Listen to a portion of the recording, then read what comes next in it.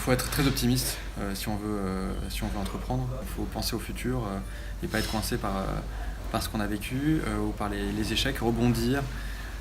Il faut être persévérant.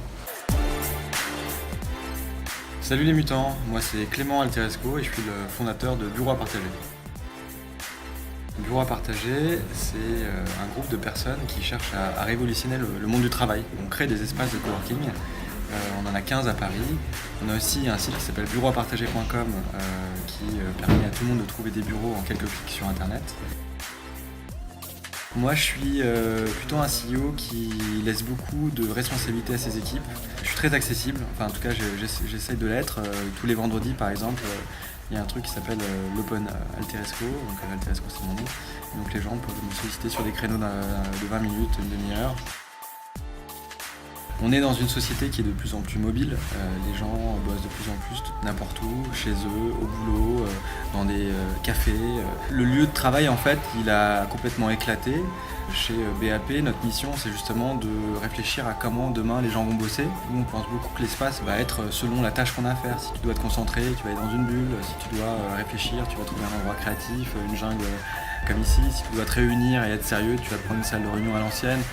En fait, chaque tâche a son espace, a son environnement. Il faut un endroit qui soit assez clair, c'est-à-dire que les gens, l'humain aime bien la lumière. Moi, ce que j'aime bien aussi dans les bureaux, c'est qu'on puisse sortir vite, passer un coup de fil quelque part, revenir, bouger en fait, et qu'il y ait des espaces un peu différents dans lesquels on puisse circuler pour que ça crée une dimension de liberté. Il y a peu de gens encore qui sont passés au desk sharing, donc c'est en gros plus de postes attitrés. C'est pas forcément évident à mettre en place au début, ça va aussi avec une petite révolution interne culturelle. Ça permet aux équipes de tourner, de se mettre à côté de personnes différentes, de croiser des compétences. Donc chacun a son casier chez BAP, on s'assoit le matin où on veut, le soir on laisse sa table propre. C'est un vrai super truc à mettre en place. Je pense que la première chose, c'est l'équipe avec laquelle on bosse, les gens qu'on côtoie au boulot. Plus on rencontre des gens sympathiques au bureau, plus on se crée des liens, plus on a l'impression qu'il y a une richesse au travail et du coup ça nous rend heureux.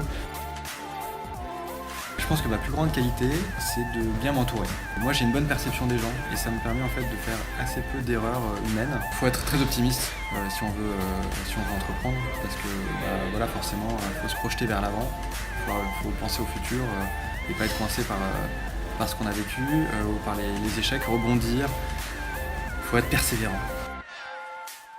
En start-up, j'adore Day Use, cette idée qu'on peut louer des chambres d'hôtel pendant la journée pour passer quelques heures. Comme nous aussi chez BAP, l'économie de l'usage, réfléchir en fait aux ressources qu'on a autour de nous et à mieux les utiliser. Une chambre d'hôtel qui est vide 50% de son temps, en gros, c'est dommage.